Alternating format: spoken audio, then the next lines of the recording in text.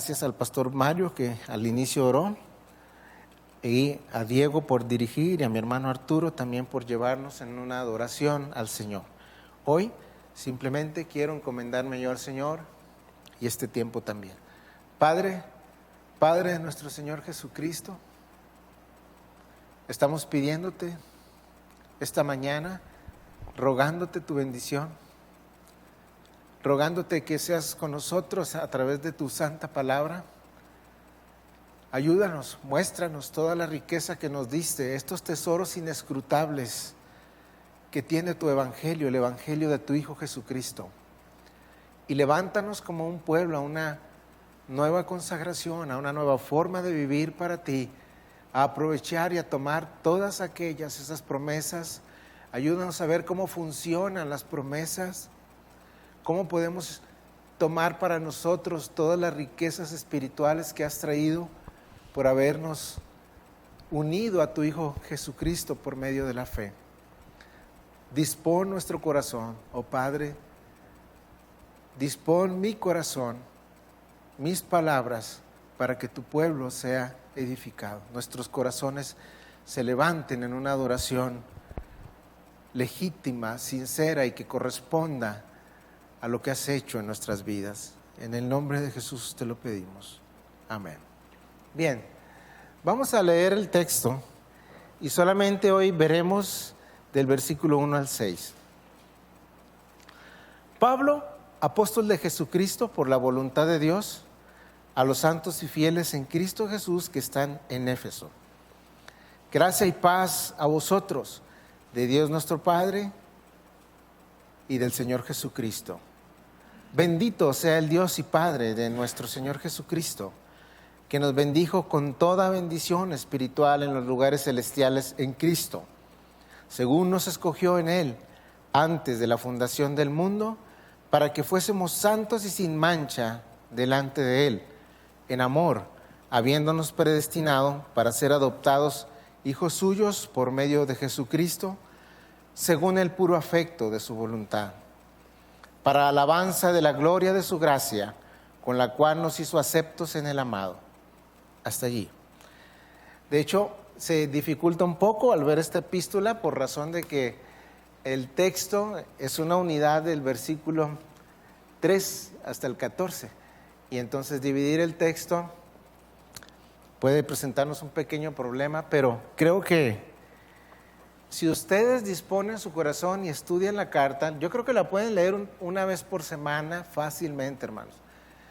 Yo sospecho que me llevaré, si Dios me da vida, cuando menos unos 4 meses en terminar de compartirla. Y para esos 4 meses usted pudiera haber leído 4 por 4, 16 veces la epístola, y usted va junto conmigo a comprender que hay, en todas las epístolas, hay lo que los hermanos de Simeón otros llaman una línea melódica. Si usted logra leer y se compromete a leer una vez por semana Efesios, de aquí a que terminemos, usted va a decir, yo sé el contenido general de la carta a los Efesios. Se va a dar cuenta que hay una línea que domina toda la epístola. ¿Cómo opera la gracia en la salvación? Y tal vez profundicemos más en esto. ¿Cómo opera la gracia de Dios en la salvación? La palabra gracia la vamos a encontrar por toda la epístola. De hecho, la despedida se termina semejante a la introducción. Gracia y paz, pero allá es paz y gracia. Entonces, por toda la epístola estaremos viendo cómo opera la gracia de Dios en la salvación.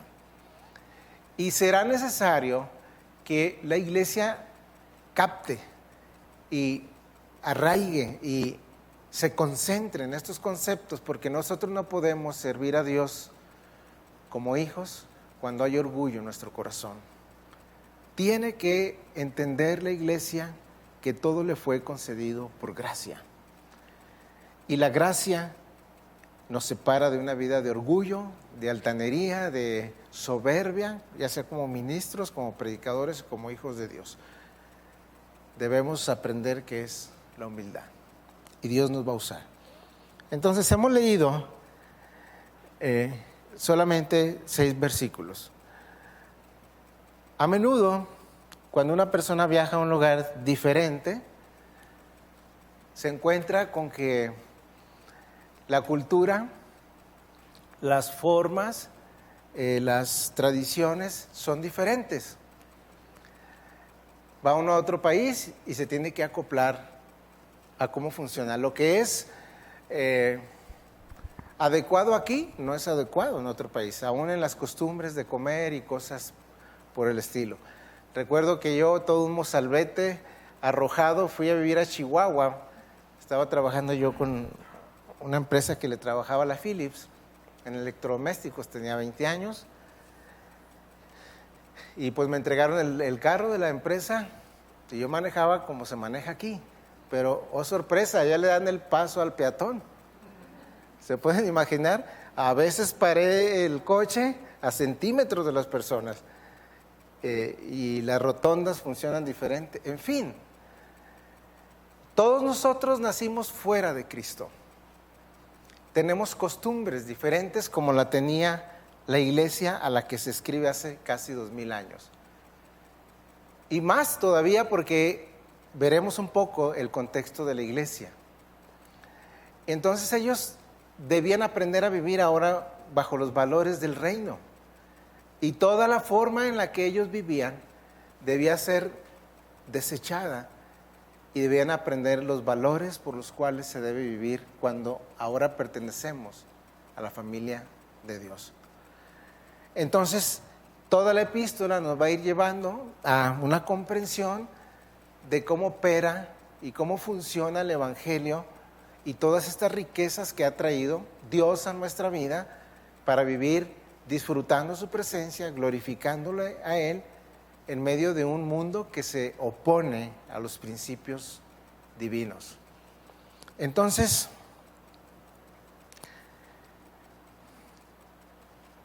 el apóstol Pablo escribe los 2 primeros versículos de la siguiente forma: Pablo, apóstol de Jesucristo, por la voluntad de Dios, a los santos y fieles que están en Éfeso.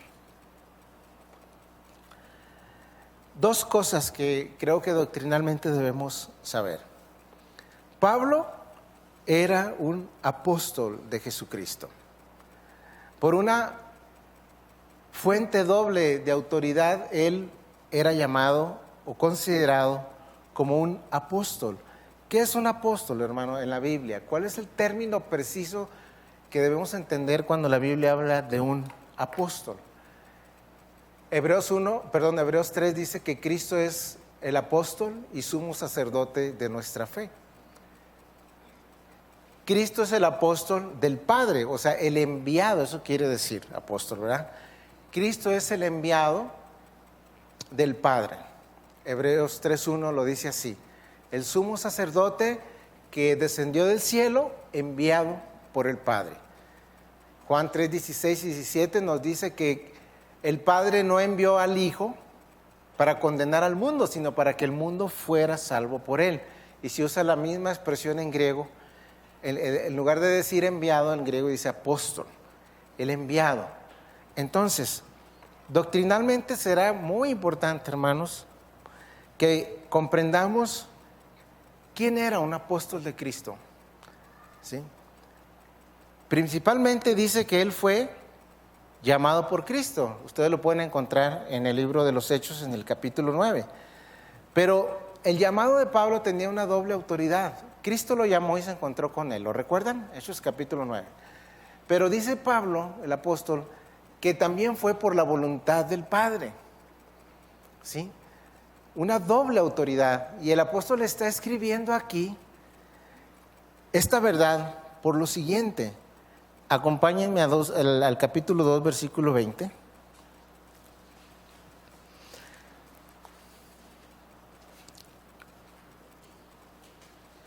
Y si me pueden acompañar con sus ojos allí en la lectura, yo lo citaré.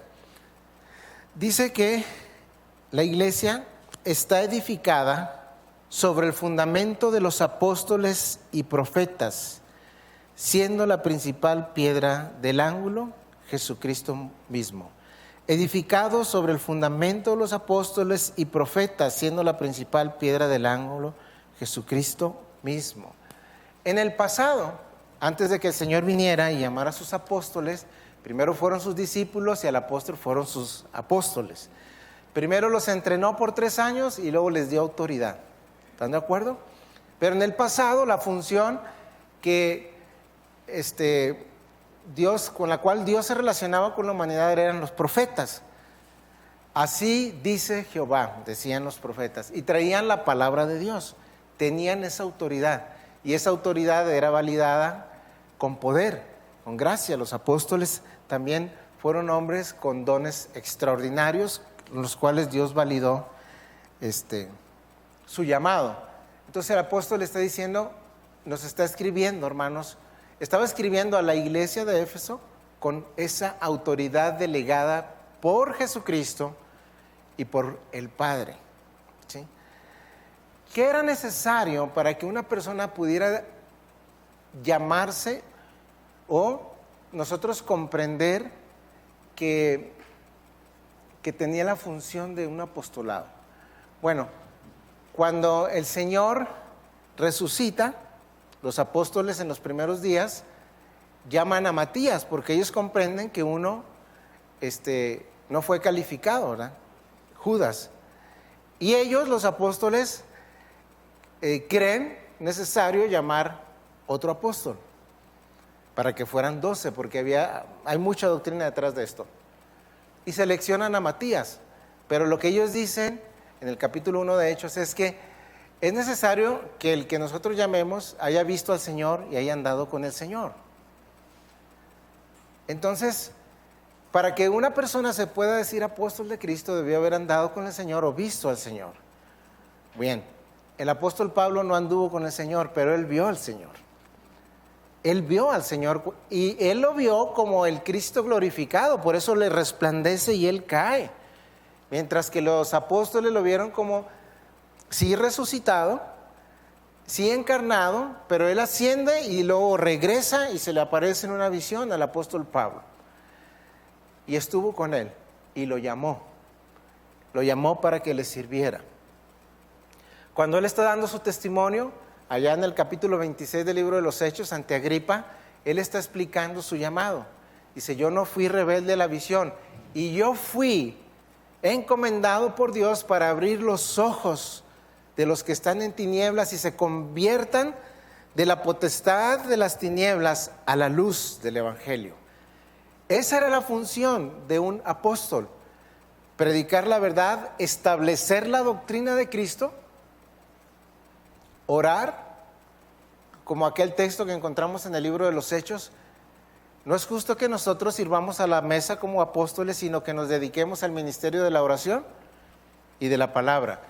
Y establecían la doctrina, pero un requisito indispensable para que una persona pudiera definirse como apóstol bíblicamente era que hubiese visto al Señor, porque ellos fueron escogidos para una función fundacional, hermanos. Ellos establecieron la doctrina porque estuvieron con Cristo. El apóstol Pablo en la carta a los Gálatas explica que él estuvo un tiempo por Cristo y fue enseñado por Cristo. En el primer capítulo, ¿sí? No fue enseñado por los otros apóstoles, fue enseñado por el Señor. ¿Por qué me detuve en este texto? Entonces, ¿qué podemos pensar? Bueno, antes de entrar en esta pregunta, había también apóstoles enviados por iglesia. Se usa esa palabra porque quiero que lo sepan. La iglesia de Antioquía se puso en ayuno y oración y el Espíritu Santo le dice, envíen a Bernabé y a Pablo, y es cuando salen al primer viaje misionero. O sea, la iglesia de Antioquía tenía apóstoles, o sea, enviados. O sea, no confundamos, más bien precisemos el término. Aprendamos la gramática de la Biblia, el texto del Evangelio. Entonces yo pudiera, cuando yo estuve participando en la cárcel por 7 años, predicando ahí de 5 a 7 años, Había una señora católica que supo lo que yo hacía y él me decía que yo era un apóstol de mi iglesia, a la cárcel. En un sentido está bien el término, pero lo que yo quiero aclarar es lo siguiente, y por eso me detuve en este texto. ¿Hay apóstoles contemporáneos hoy en el día del modo que la Escritura los define? No los hay, hermanos. No se puede sostener esta verdad. Eso es lo que explicaba el hermano Gerardo la vez pasada. Hay tantas desviaciones en la iglesia, tantos prejuicios, tantas cosas que cree la iglesia, cuando en realidad se debe sujetar a la doctrina de los apóstoles. La iglesia, cuando nació, perseveraba en la doctrina de los apóstoles, en el partimiento de pan y en las oraciones. Y todos nosotros, a la postre, la iglesia, estamos sobre los hombros de estos hombres. La doctrina que hemos creído, la palabra que se nos predicó, el evangelio de Cristo procede por el Espíritu Santo a través de estos hombres, y estamos sobre sus hombros. Ellos son, Cristo es la principal piedra del ángulo, nadie puede poner otro fundamento, dice el apóstol Pablo, que el que ya ha sido puesto, el cual es Cristo, pero luego la iglesia está edificada como un edificio sobre la doctrina de los apóstoles. No podemos aceptar otra doctrina. Estaríamos faltando al principio soberano de Dios al revelar su palabra de esa forma. Aunque Él diga, me dijo el Señor y así dijo el Señor, lo que dijo el Señor está escrito, hermanos. Y es suficiente. Ha sido suficiente a través de los siglos. Miles de personas han venido al conocimiento de Dios por la doctrina de los apóstoles y por el evangelio de Jesucristo. No necesitamos más revelación. Entonces me quise detener en esto porque hoy, bíblicamente, como está descrito aquí, hay hombres que se autoproclaman apóstoles de Cristo hoy en día. Y no se puede sostener ese concepto con esto que acabamos de ver. Entonces él tenía doble autoridad. Fue llamado por Cristo, pero también el Padre estaba en acuerdo con él. Y escribe a los santos y fieles que están en Cristo y que están en Éfeso. Hay dos designaciones, una doble designación. Una doble autoridad, el llamado del apóstol, y luego el apóstol hace una designación doble aquí, a quienes escribe, y también nos corresponde a nosotros. Él está escribiendo y designando lo siguiente: esto que va a escribir es a los santos y fieles en Cristo Jesús. ¿Qué es una designación? Bueno, el pastor MacArthur lo simplifica muy bien. Supongamos que nosotros hemos pertenecido a una empresa medianita, para tomar el ejemplo, y ahí hay funciones. Bueno, la designación del almacenista es una, ¿verdad? La designación del que hace limpieza es una. Usted está aquí para hacer limpieza, usted está aquí para el almacenista, usted está aquí para llevar los números. Se le designó esa función, ese estatus. Bueno, el apóstol Pablo, cuando escribe a los hermanos en Éfeso, los designa así: a los santos y fieles. De tal manera, hermanos, que todo creyente que ha nacido de Dios, la Biblia lo designa como un santo, apartado por Dios, para Él. Y esa designación que se hace de ti, de mí, nos puede llevar a una vida de fidelidad a Él. De hecho, este versículo define todo lo que es el concepto de la carta. Los tres primeros capítulos, con todos esos indicativos de las bendiciones que Dios ha traído en Cristo, y en respuesta a eso, una vida de fidelidad del capítulo 4 en adelante. Bien, decir dos cosas más. El apóstol aquí está escribiendo esta epístola como se escribían las cartas en aquel entonces. Un saludo, una forma en la que se escribía. Si usted revisa en Wikipedia, una carta de aquel entonces tiene los mismos principios. Pero ¿dónde está la diferencia de esta carta? Usa las formas. Hoy nosotros ponemos un correo electrónico y más o menos tenemos un formato, saludos, eso, aquello. Bueno, esto es una carta, es una epístola que Pablo está escribiendo a la iglesia de Éfeso. Las normas y el estilo es parecido a lo que se hacía en una carta. Pero la gran diferencia, hermanos, o la total diferencia es que esta carta está impregnada por conceptos divinos, teológicos. El apóstol Pablo está en su corazón todo el tiempo aquella expresión que encontramos en Filipenses: para mí el vivir es Cristo. El apóstol Pablo no se podía sacar de su mente que la vida para él era Cristo. Y todo lo que estaba relacionado con él, con su vida, tenía que ver con la persona de Cristo. ¿Por qué, hermanos?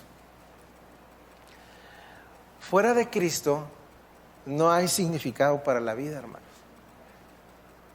No hay razón, no hay respuestas para nada. Estoy conviviendo con una persona que trabaja para mí y lo había dejado de ver, y él está súper confundido. Se le fue su familia, se fue su esposa, una hija en drogas, un hijo en drogas. Él no encuentra respuestas. No hay respuestas, dice, no sé qué significa la vida. Obvio, le estoy compartiendo el evangelio, pero fuera de Cristo no tiene sentido nada.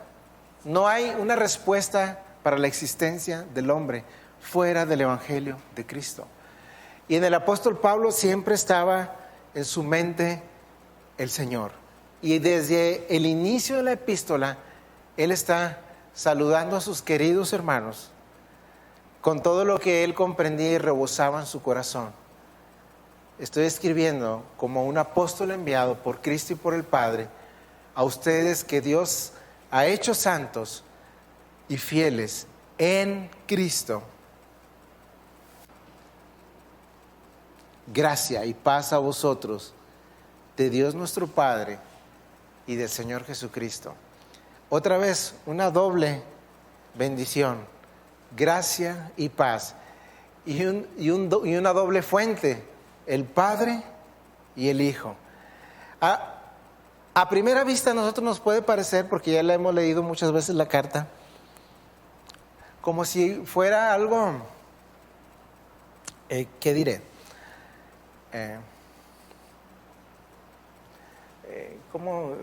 ¿Cómo diría esta palabra? Sí, como una amabilidad, pero no.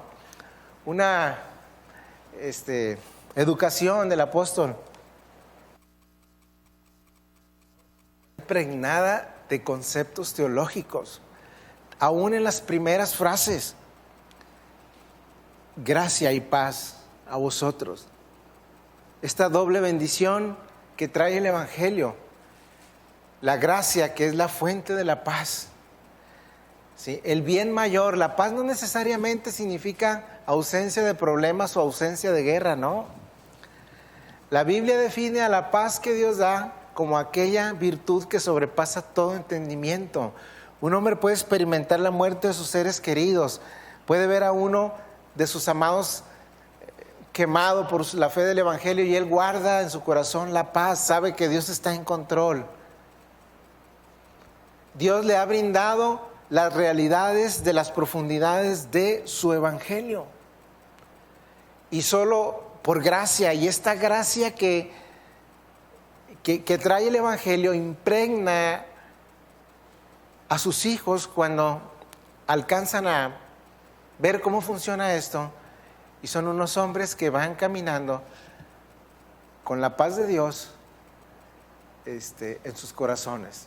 Están en paz con Dios y disfrutan de su paz. Hace un mes aproximadamente, un hermano en la fe que le dio COVID no pudo atender un servicio de unos climas y me envió a mí. La persona es muy especial, pues entramos como disfrazaditos y bien limpiecitos, nos hicieron todo lo que ellos creen y está bien. Y dando el servicio, pues la señora me pregunta por el hermano en la fe, yo le respondo, y le respondo lo que yo creo de la pandemia. No voy a extenderme, pero ella captó algunas verdades que uno se acostumbra a ellas por el Evangelio. Dice, yo quisiera tener la paz que usted tiene cuando habla de la muerte, me decía.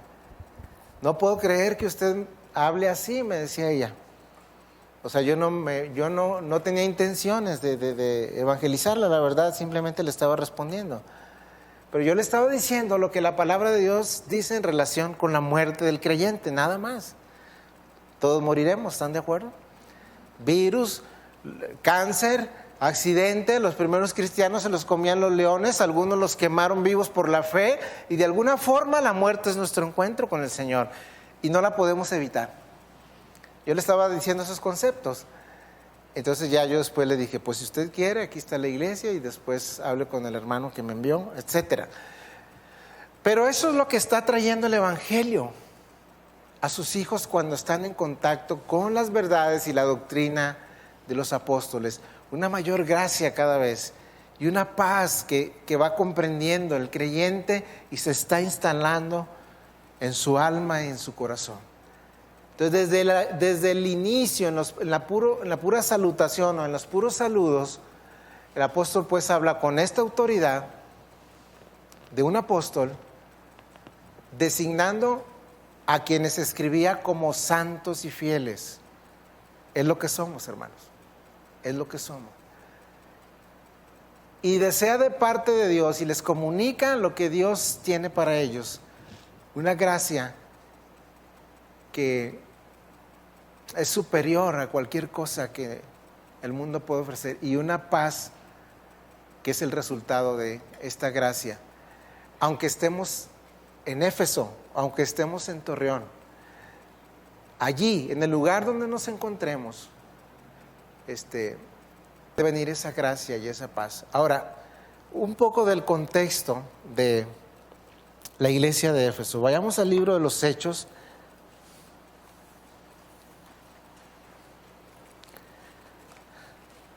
Es obvio que el apóstol Pablo está, Hechos capítulo 19. Es obvio que el apóstol Pablo está queriendo animar a los hermanos de Éfeso. Cuando el apóstol Pablo llega a Éfeso, voy a durar un poquito más de una hora, hermanos, predicando para poder terminar este tema, o sea que no se me vayan a desesperar, pero quiero dar estos datos. El apóstol Pablo, en su segundo viaje misionero, él empieza a predicar nuevamente junto a Bernabé y va por ciudades como Corinto, etcétera, etcétera, hasta que llega a Éfeso en el capítulo 18, versículo 24. ¿Sí? Ahí está un hombre llamado Apolos, poderoso en la palabra, pero que tenía un limitado concepto de la doctrina y del evangelio. Es ayudado por Aquila y Priscila, amigos del apóstol Pablo, para ya luego nosotros encontrar al apóstol Pablo en el capítulo 19, versículo 1, en Éfeso. Aconteció entre tanto que que Apolos estaba en Corintio, Pablo, o sea, se va a Corinto, Apolos, Pablo regresa o viene a Éfeso y haya ciertos discípulos, ¿sí? Les predica el evangelio, versículo 5, 19:5. Cuando oyeron esto, aquellos pequeños grupos que habían escuchado con Apolos la palabra, cuando oyeron esto fueron bautizados en el nombre del Señor Jesús. Versículo 8. Y entrando Pablo en la sinagoga, habló con denuedo por espacio de 3 meses, discutiendo y persuadiendo acerca de qué, hermanos, del reino de Dios. Lo que estaba mencionando Diego, acerca del reino de Dios.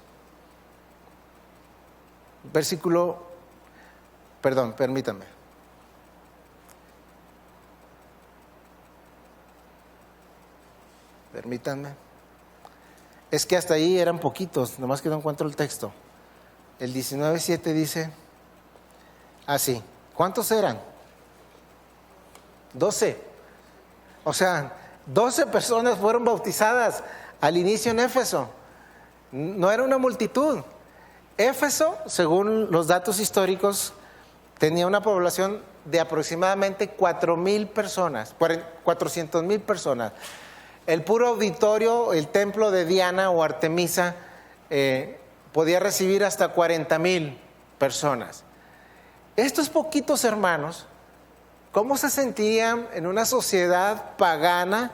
Pero no era cualquier sociedad, era una sociedad que practicaba la hechicería de una forma terrible.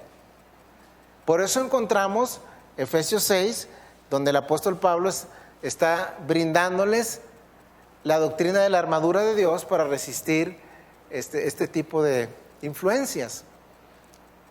Estaba pervertido el concepto del matrimonio. En el capítulo 5 da doctrinas para ser victoriosos. En fin, en el contexto donde nació esta iglesia, bueno, se está el apóstol Pablo 3 meses y luego otros 2 años y luego otro poco de tiempo. Pero fíjese lo que dice el versículo 20. Estoy dando el contexto de la iglesia para saber que todo lo que vayamos viendo nos va a estar relacionando con la misma. Versículo 20. Bueno, 19 y 20. Asimismo, muchos de los que habían practicado la magia, fíjese el contexto de la nación, trajeron los libros y los quemaron delante de todos, y hecha la cuenta de su precio hallaron que eran 50,000 piezas de plata. Así crecía y prevalecía poderosamente la palabra del Señor. Por eso el énfasis de la predicación del apóstol acerca del reino de Dios, hermanos. Para nosotros puede ser que esté un poco velado este concepto, pero va a ser importante que lo entendamos. El Evangelio, póngame atención a esto, el Evangelio y todo lo que está descrito, el Evangelio del reino era lo que predicaba Cristo. Todavía en los días de su resurrección, cuando estuvo con los apóstoles todavía 40 días, les hablaba acerca del Evangelio del reino y les hablaba del reino. El Evangelio tiene una dimensión, y nos lo va a presentar la carta, cósmica, hermano. O sea, no solamente es con nuestra relación como seres humanos aquí, no. El Evangelio tiene alcances universales y cósmicos. Los ángeles están contemplando lo que Dios está haciendo con la iglesia. Las autoridades negativas espirituales están dentro de ella. El Evangelio trata de esta verdad. El Evangelio, dice un comentario de Ferguson, tiene una dimensión cósmica. Note estas palabras: donde nuestro Rey divino está usando su poder y autoridad para someter a sus enemigos y vencer el pecado, para redimir a su pueblo de la esclavitud y establecerlo en nuevos cielos y en nueva tierra. Lo voy a repetir. El Evangelio tiene una dimensión cósmica donde se muestra nuestro Rey divino, quien está usando su poder y su autoridad para someter a sus enemigos, vencer el pecado, para redimir a su pueblo de la esclavitud y establecerlo en el nuevo reino de Dios.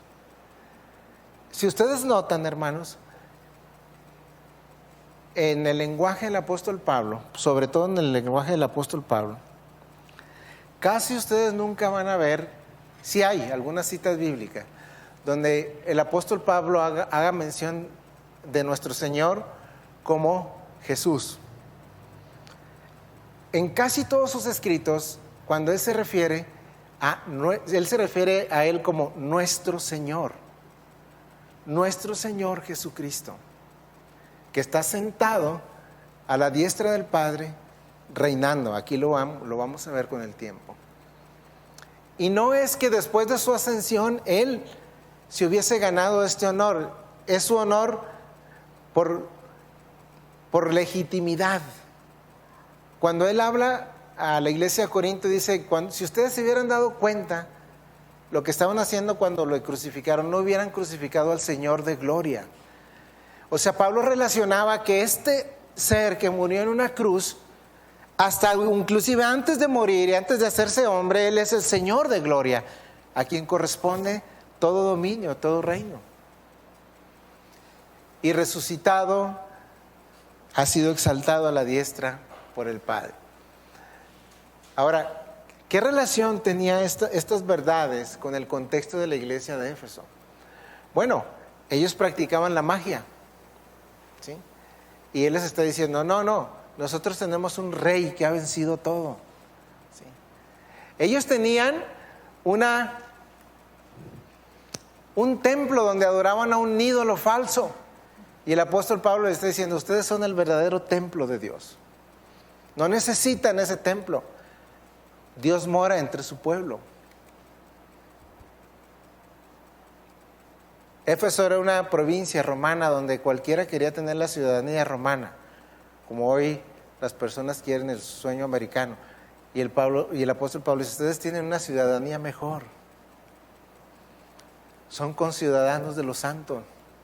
Entonces, él está dando todas estas verdades para alentar al pueblo que hace casi 2000 años fue fundado por este apóstol con su evangelio, ¿sí?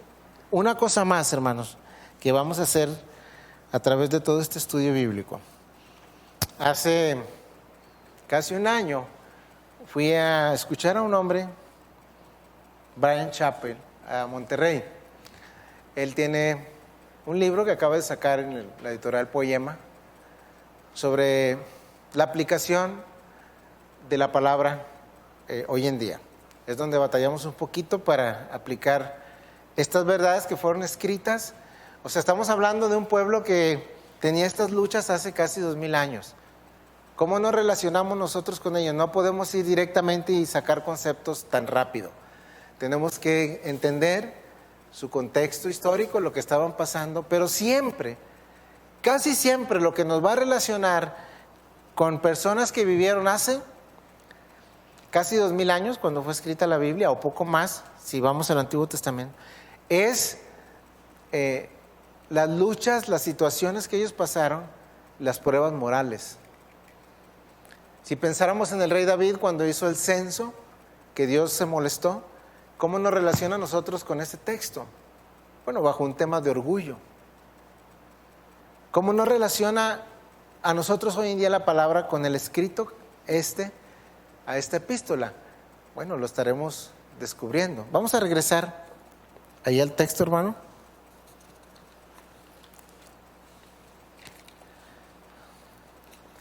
Es una carta, pues, donde el apóstol se propone traer aliento a las personas que hace casi 2000 años estaban recién venidas al Evangelio. Y ellos debían comprender que él, como un apóstol de Cristo, y con una comprensión vasta del Evangelio, podía fundamentar y arraigar sus vidas con las promesas y las realidades del Evangelio. Y la carta está saturada de conceptos teológicos para ellos, que los estaremos viendo. Y el versículo 3, pues, al 6, tenemos este concepto con el que titulé yo el sermón de hoy: arraigados y asegurados por propósitos eternos. Y aquí empieza la doctrina. Bendito sea el Dios y Padre de nuestro Señor Jesucristo, que nos bendijo con toda bendición espiritual en los lugares celestiales en Cristo, según nos escogió en Él antes de la fundación del mundo, para que fuésemos santos y sin mancha delante de Él, en amor, habiéndonos predestinado para ser adoptados hijos suyos por medio de Jesucristo, según el puro afecto de su voluntad. Vamos a poner una pausa aquí. Y creo que por hoy solamente estaré haciendo unas reflexiones tomadas del comentario del pastor MacArthur. ¿Cuáles son los aspectos de esta bendición, hermano? Bueno, doctrinalmente en el versículo 3 tenemos que entender dos cosas. Esto es lo que se llama una doxología o una alabanza teológica hacia el Padre, hacia el Dios del que va a hablar toda la epístola. Y el apóstol Pablo simplemente está diciendo, bendito sea el que nos bendijo. ¿Sí? Bendito sea el Dios y Padre de nuestro Señor Jesucristo. Esto es una cascada de alabanza impresionante, hermanos. Él está alabando a aquel que le dio estos misterios para darlos a conocer a su pueblo, pero que ya los había experimentado. Al apóstol Pablo jamás se le olvidó quién era y cómo fue encontrado por Dios. Jamás. Él sabía que él había sido un blasfemo, un perseguidor, un asesino. Y en ese estado, Dios lo encontró y lo llamó y lo escogió. Parece una contradicción. ¿Cómo es que Dios escoge a sus enemigos para que le sirvan? Pero no es ninguna contradicción, hermano. Tú y yo éramos enemigos en nuestra mente y en nuestros actos de Dios. Y Él nos escogió para traernos hacia sí mismo. Jamás se nos debería olvidar eso. Al apóstol jamás se le olvidó eso. Y aquí empieza pues su epístola diciendo, bendito el que nos bendijo. ¿Sí? La bendición de Dios es la que puede hacer cambios, hermano, por el poder, gracia y soberanía que Él tiene sobre todo el universo. Yo te puedo decir a ti, te bendigo, pero no pasa de ahí. Es un deseo. No tengo poder para bendecirte. Deberíamos aprender esos lenguajes, hermano. No estamos siendo tan dogmáticos o fariseos. Como yo sé que no tengo poder para bendecir a nadie, debo limitar mi lenguaje a lo que es la realidad y la verdad. Hermano, deseo que Dios te bendiga. Es muy diferente decir te bendigo. Pues son palabras nada más. Pero si Dios dice te bendigo, eso sí cambia. Eso sí cambia. ¿Sí? Debemos aprender el lenguaje evangélico, la gramática del evangelio, hermano. Y debemos de dejar de decir cosas que no son. Por eso la iglesia está como está. Pone sangre en los dinteles y en los postes y todas esas cosas supersticiosas no están avaladas por la palabra. Está fuera de la realidad y la sangre de Cristo te proteja, no tiene fundamento alguno. Lo vamos a ver. Y no se entristezcan, hermanos. Yo les voy a hablar de la doctrina apostólica y no me voy a salir del fundamento y la doctrina de los apóstoles según el Señor me dé gracia. Y no trato de ser altivo ni confrontador. Simplemente quisiera que la iglesia de Torreón Jardín tuviera una doctrina apegada a la palabra. Por eso dije que vamos a hacer este libro doctrinalmente exegético y expositivo. Entonces lo que encontramos en el versículo 3 es la alabanza de un hombre cautivado por la gracia de Dios. Bendito sea el Dios y Padre de nuestro Señor Jesucristo, que también es nuestro Padre, que nos bendijo con toda bendición espiritual en los lugares celestiales en Cristo. ¿Qué debemos comprender nosotros sobre estas palabras? Bueno, la primera parte no tiene problema mayor. Es una alabanza de parte de este santo siervo por la bendición que ha sido recibida. Pero cuando queremos comprender con toda bendición espiritual en los lugares celestiales en Cristo, ¿qué debemos nosotros comprender? Bueno, quien bendice es el Padre, los bendecidos son los santos y fieles, pero ahora veremos qué tipo de bendiciones hemos recibido. Bueno, las bendiciones que ha traído el Evangelio a un ser humano son espirituales, hermanos. Mayormente tienen que ver con la esencia de lo que es el hombre en su vida interna, y el carácter que transforma Dios. Hoy hay un evangelio que se le llama de la prosperidad, donde hay una desviación fuerte en cuanto a estos conceptos. No me voy a meter en eso. Simplemente el texto dice que las bendiciones que el evangelio ha traído a nuestra vida son espirituales. Si tú quieres ser bendecido económicamente, bebe y abraza los proverbios y vas a ser bendecido financieramente. Ahí está la sabiduría para que administres y seas una persona fiel a tu trabajo y Dios te va a remunerar. Pero las bendiciones que el Evangelio ha traído mayormente son espirituales. Y luego cuando dice en los lugares celestiales en Cristo, no es el lugar en sí lo que se está definiendo, sino de dónde proceden. Las bendiciones espirituales que un creyente está experimentando desde que se encuentra con Cristo tienen su origen en el cielo, es lo que está diciendo el apóstol. ¿Sí? Descienden de la misma presencia del Padre. El Padre envió al Hijo, ¿lo recuerdan? Y todas las bendiciones que alcanzan a un creyente son por estar unido a Cristo, en su unión con Cristo mediante la fe. ¿Sí? Lo que dice Romanos 6, ¿verdad? Bien, Jorge. Me recordaste el texto. Son en Cristo nuestras bendiciones. Hay un libro, lo recomiendo, de Albert Martin, Unión con Cristo, profundo, todo el concepto, es todo un libro de estos 2 versículos. Unión con Cristo. Debemos empezar a relacionar, hermanos, toda la palabra.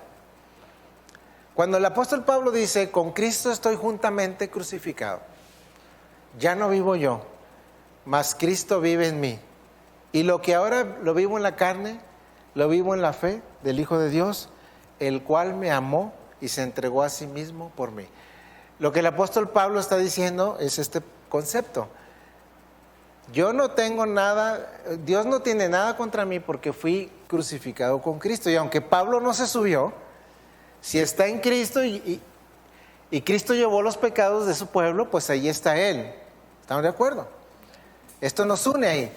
Esas son las bendiciones que proceden del cielo: el perdón, la gracia, la adopción, la justificación, el nuevo nacimiento, la regeneración.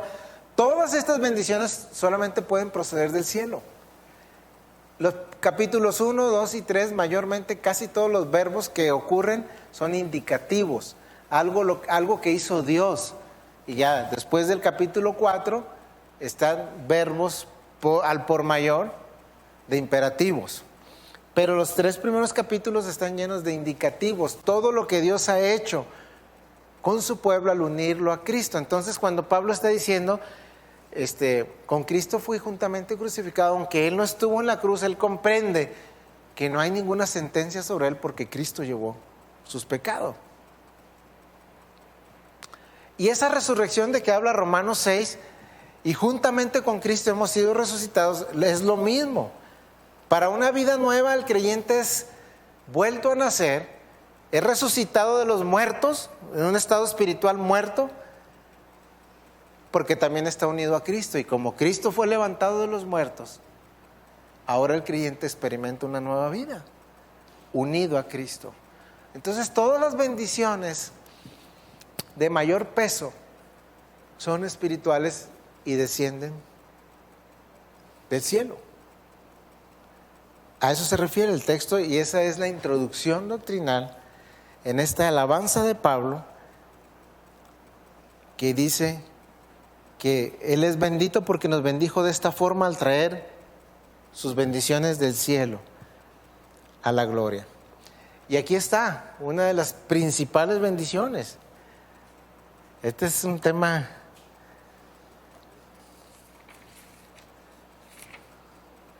fuerte que tal vez me tenga que detener pues allí. Aquí está. 4. Según nos escogió en Él antes de la fundación del mundo, para que fuésemos santos y sin mancha.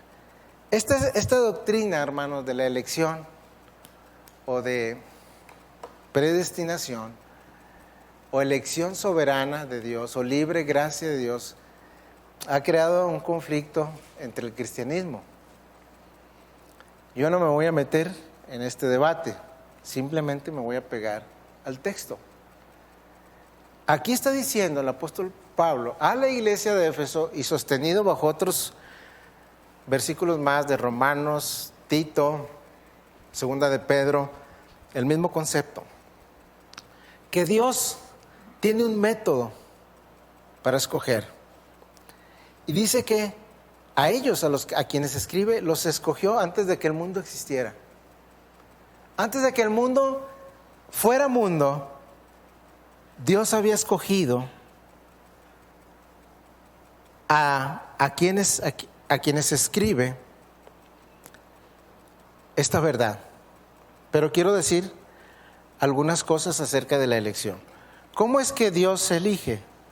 Bueno, en el Antiguo Testamento tenemos una elección teocrática de Israel por parte de Dios. Vamos a verlo porque quiero que quede claro. Deuteronomio 7:6. Vamos desde lo más básico. Yo sé que estos estudios, hermanos, pueden significar un poquito de peso para estar escuchando, pero hagan un esfuerzo. No son como los otros temas que hemos traído. Y no me estoy disculpando. Simplemente estoy diciendo que vamos a tomar más tiempo y aprenderemos a manejar nuestra Biblia. Bueno, los que lo hagan con la Biblia.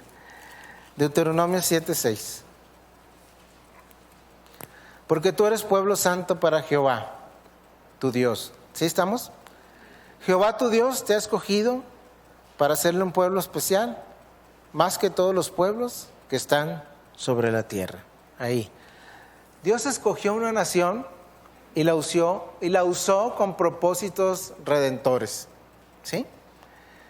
Y hago una pregunta. ¿Toda la nación le correspondió a Dios y toda la nación fue salva? Por el puro estudio de la Biblia, lo sabemos que no. Y lo explica el apóstol Pablo en el Nuevo Testamento. No todo Israel es salvo. Usted no me va a poder sostener con la palabra que todo Israel fue salvo. La elección teocrática de Dios hacia este pueblo, claro, fue para traerlo hacia Él y para que se consagrara, pero no era una garantía de que todo el pueblo alcanzase la gloria eterna. Lo explica el Nuevo Testamento. Hay otra elección que Dios hace, que es ministerial, por decirlo así. Él trajo a este pueblo para que le sirviera y falló. Tenemos la historia de los hijos de Leví y varios del sacerdocio. Dios los quemó literalmente vivos porque ofrecieron fuego extraño. Él escogió a la tribu de Leví para que le sirviera. Pero no toda la tribu de Leví tampoco fue fiel y no garantizó su salvación. Algunas familias de la tribu de Leví fueron segmentadas para siempre por su descuido y su menosprecio al ministerio. ¿Estoy siendo claro, hermanos? Estoy mencionando cómo Dios escoge. Y escogió a 12 apóstoles cuando Él estuvo aquí. Y tampoco fue una garantía, uno falló, del cual estaba escrito que sería el hijo de perdición. No tengamos temor en comprender estos conceptos. Esos son los métodos que Dios usa para elegir. Pero el método que Dios está diciendo aquí y la doctrina que tenemos en Efesios 1:4 es el método que Dios usa para escoger para salvación. Para salvación. Y lo hace desde una eternidad, hermano. Y uno se pregunta, cuando menos yo, ¿así de profundo será el amor de Dios? ¿Tiene esos alcances tan profundos el amor de Dios que te escogió antes de que nacieras para salvación? Hasta allá podemos nosotros trasladarnos para comprender la profundidad del amor de Dios cuando se dispone a salvar a un pecador como tú y como yo. ¿Tiene esos alcances? Deberíamos de alabar al Señor, hermanos. Y no es que lo comprendamos tan rápido. Permítame mostrarle un versículo que viene en Gálatas, ahí en unas páginas hacia atrás.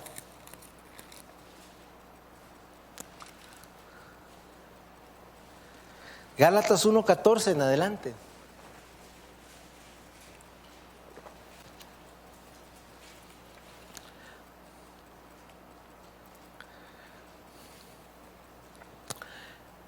El apóstol Pablo está dando parte de su testimonio a la iglesia en Galacia para defender su apostolado y su llamado. Y dice que en el judaísmo, Gálatas 1:14, aventajaba a muchos de sus contemporáneos, siendo mucho más celoso de las tradiciones que sus padres.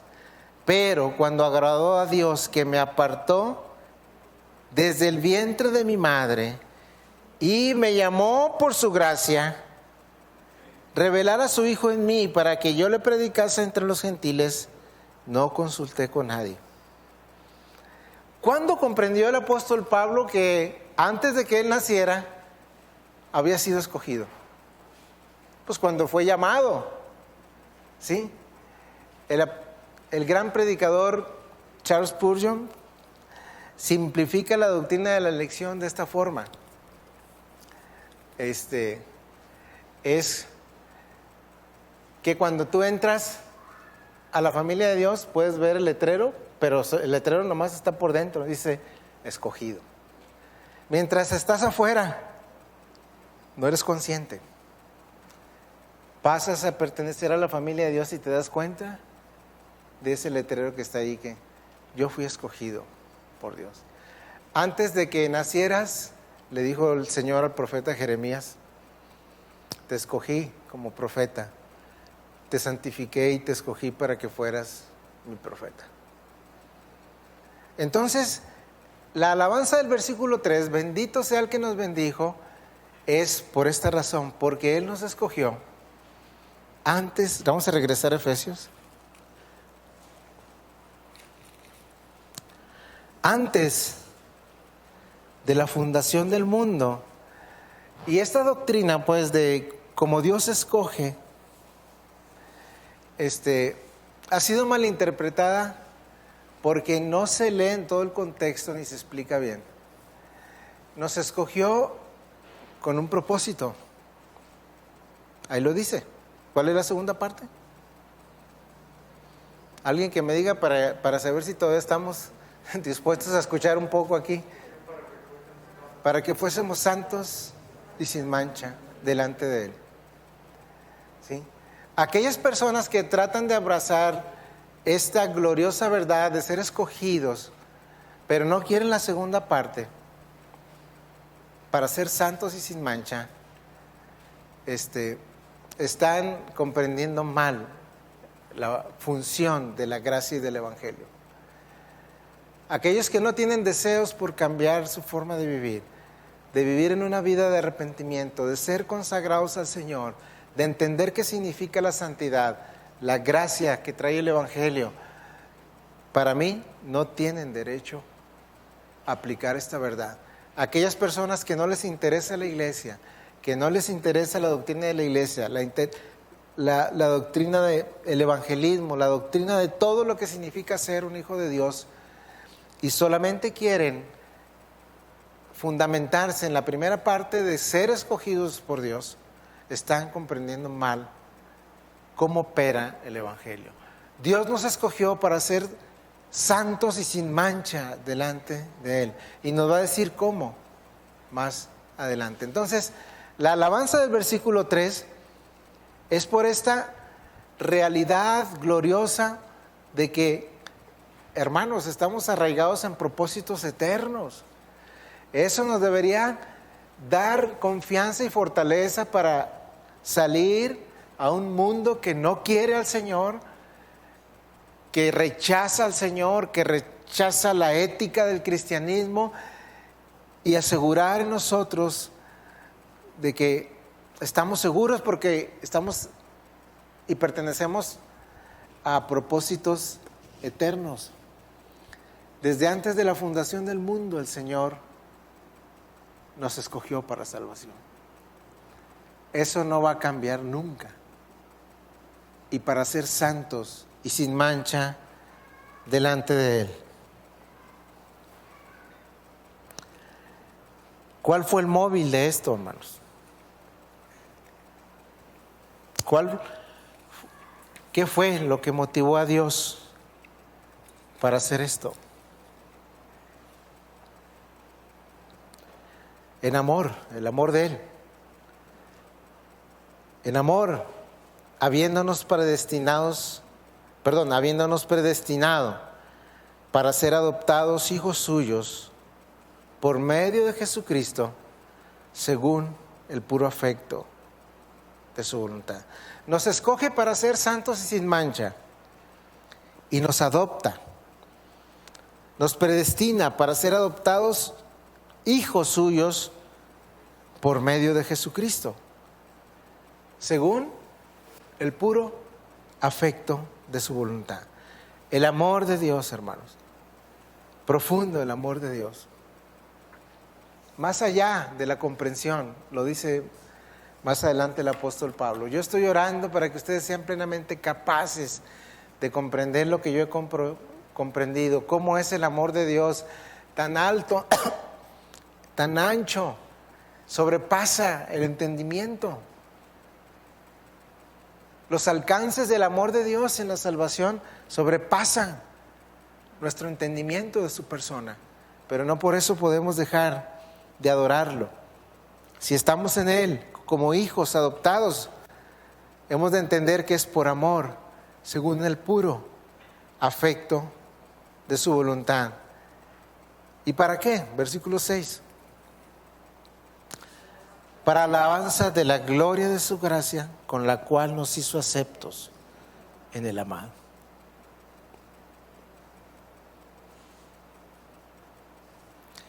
Vean conmigo un par de versículos para terminar. En el Evangelio de Juan.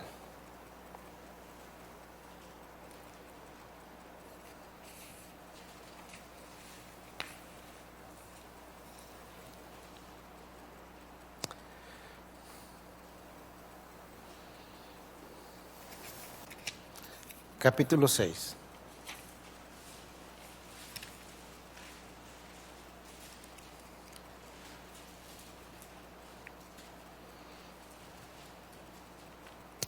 ¿Lo tiene?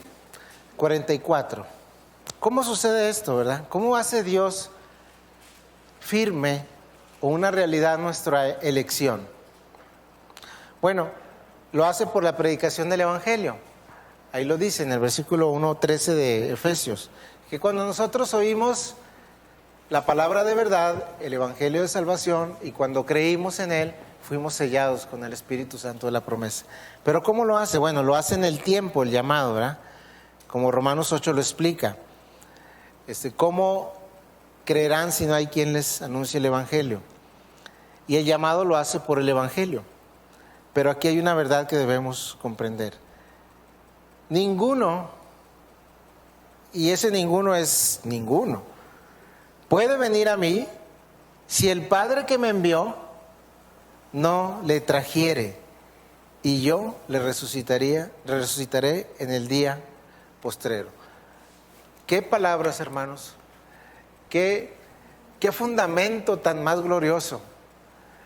Yo no hubiera podido venir jamás a Cristo si el Padre no usase ese poder glorioso para despertarme de la muerte, como dice Efesios capítulo 2. Yo estaba muerto en delitos y pecados, enemigo de Dios, siervo de Satanás, Efesios capítulo 2, lo estoy citando, siguiendo la corriente de este mundo conforme al príncipe de la potestad del aire, que ha fincado un imperio de mentiras contra Dios, y yo estaba ahí creyéndolas. Y el Padre, ahora lo comprendo, en aquel día no lo comprendía, a mí nada más me predicaron el Evangelio, pero hoy comprendo que el Padre me trajo a Él, a Cristo, y usó su poder para levantarme de los muertos por su Espíritu, y me trae a Cristo para ver que Él murió por mis pecados. No me pertenece gloria alguna. Por eso cantábamos el himno principal: dad al Padre toda gloria, dad al Hijo todo honor y al Espíritu divino. ¿Sí? Nadie, ninguno puede venir a Cristo si el Padre no lo trae, no lo empuja literalmente, no lo ayuda y lo despierta de un estado de muerte.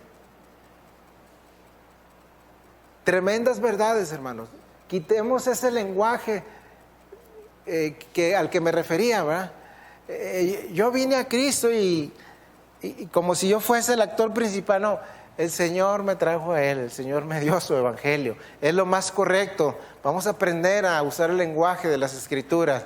Sí, yo me convertí, que esto y lo otro y aquello. El Señor me convirtió hace 22 años, etcétera, etcétera. A Él le pertenece toda la gloria y el honor. ¿Comprende usted que usted no estuviera en Cristo si el Padre no lo hubiera traído? Lo está diciendo el texto. Y lo vamos a apoyar con 2 versículos finales en Juan 17. Dice la carta a los Efesios que fue según el puro afecto de su voluntad. Nada había en mí, nada había en ti. Hasta la vida en común nos ilustra esto, ¿verdad? Ahí va una persona para adoptar a alguien a un orfanato y ahí están los niños no son los que deciden la adopción, ¿o sí? Yo quiero irme con aquel, yo quiero irme con este papá nuevo, no. Son los padres los que eligen al hijo en adopción. Y cosa extraña, pues nada más llevan ventaja los que están bonitos, ¿verdad? Ahí nos hubiésemos quedado algunos de nosotros. Pero Dios usa un método diferente, hermanos. Fíjense el método que usa Dios. Juan 17.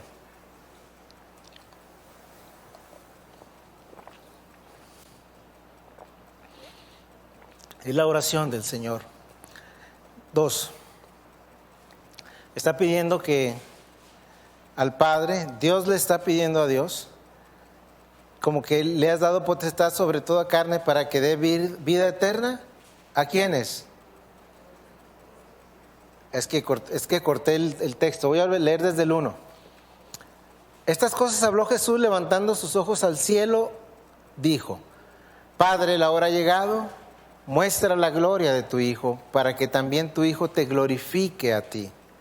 Como le has dado potestad sobre toda carne, o sea, gentil y judío, para que dé vida eterna. ¿A quiénes? A los que el Padre le dio.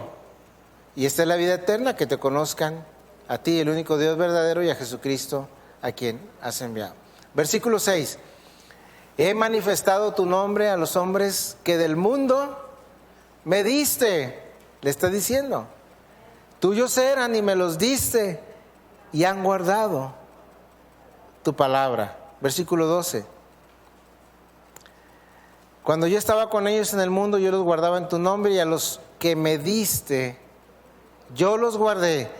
Ninguno de ellos se perdió, sino el hijo de perdición, Judas, para que la escritura se cumpliese. Qué cosa tan más profunda y maravillosa, hermano. Dios usa otro método. Cristo está orando al Padre y sabe que va a ir a la cruz. Y Él había sostenido a los que le había el Padre entregado. En este caso eran los discípulos. Pero como estaré en la cruz, te pido, Padre, que los guardes. Guarda su fe. Guárdalos en tu gracia y en tu poder. A los que me diste, tuyos eran, me los diste. Quiere decir que somos un regalo del Padre al Hijo. Y como provenimos del Padre, el Hijo hará aquello que sea necesario. Cuando el Señor me permitió viajar a Argentina, yo no sabía cómo funcionaba la moneda y esperé. Una hermana me dio una ofrenda en dólares, un billetito, y hasta el último lo ferié por cualquier circunstancia. No, hombre, me rindió. La República Argentina estaba más devaluado que México como por 3 veces, 3-1. Hasta los de Colombia alcanzaron a comprar cosa y media. Fuimos a un mercadito y trajimos lo que pudimos, cosas sin valor a nuestros hijos, cada quien. En sí mismo no eran cosas costosas ni hermosas, pero cuando uno se los entrega al Hijo, ellos los valoran por la razón de donde provienen. Tú y yo no tenemos mérito alguno, hombre. Nuestra vida estaba sucia. Pero el Hijo nos recibe porque somos un regalo del Padre. Y si el Padre nos entregó a Él, Él murió por nosotros para redimirnos. Y como es objeto sin valor que yo traje, pues así, no es porque valgamos tanto, pero porque el Padre nos entregó al Hijo, yo lo resucitaré en el día postrero. De hecho, Él hace una oración, dice: Padre, donde yo estoy, Él está entendiendo que resucitar, quiero que donde yo estoy, ellos también estén. Y obviamente Dios no le puede negar ninguna cosa a Dios. Dios el Hijo le está pidiendo al Padre lo siguiente, versículo 24. Padre, aquellos que me has dado, 17:24, quiero que donde yo estoy, que también ellos estén conmigo, para que vean mi gloria que me has dado, porque me has amado desde antes de la fundación del mundo. Ahí está el concepto. Yo les he dado a conocer tu nombre y lo daré a conocer aún, para que el amor con que me has amado esté en ellos y yo en ellos. Y en el transcurso de este pasaje está Cristo orando no solo por ellos, sino por aquellos que creerán en mí. Ahí estamos tú y yo. No quiero que solamente ellos, sino aquellos que van a creer por la palabra de ellos también estén conmigo. Fíjense los alcances. Cristo oró por ti, hermano, para que fueses salvo, para que conocieras la profundidad del amor en la salvación. Entonces toda esta epístola a los Efesios nos va a ir definiendo cómo es que hemos sido arraigados en propósitos eternos, hermano, y no seremos desarraigados jamás. Esto debe alentar nuestro corazón. Tú debes salir con una nueva perspectiva. Perteneces al reino de Dios, perteneces a la familia de Dios. Afuera va a haber todo tipo de oposición y más ahora. Vivimos bajo una amenaza, con un mundo de doctrinas de mentiras. La palabra de Dios llama doctrina de demonios. Necesitamos la verdad del Evangelio para hacer frente. De nuestro lado está el Rey que ha conquistado toda fuerza. No por nada el apóstol Pablo le dice a Timoteo: acuérdate de Jesucristo, del linaje de David, resucitado de entre los muertos. Cuentas con Él, Él reina con poder. Tenemos una patria celestial que nos espera, una nueva ciudadanía, la nueva Jerusalén. Y mientras tanto, cuando estamos, no solo ellos en Éfeso, sino nosotros en Torreón, adoramos al Señor, nos fortalecemos con todos los santos, no en un templo falso, sino que nosotros somos el templo del Dios vivo y verdadero. Y en medio de esta sociedad se nos mostrará cómo funciona y cómo opera el poder del Evangelio. Eso nos espera al estudiar Efesios. Creo que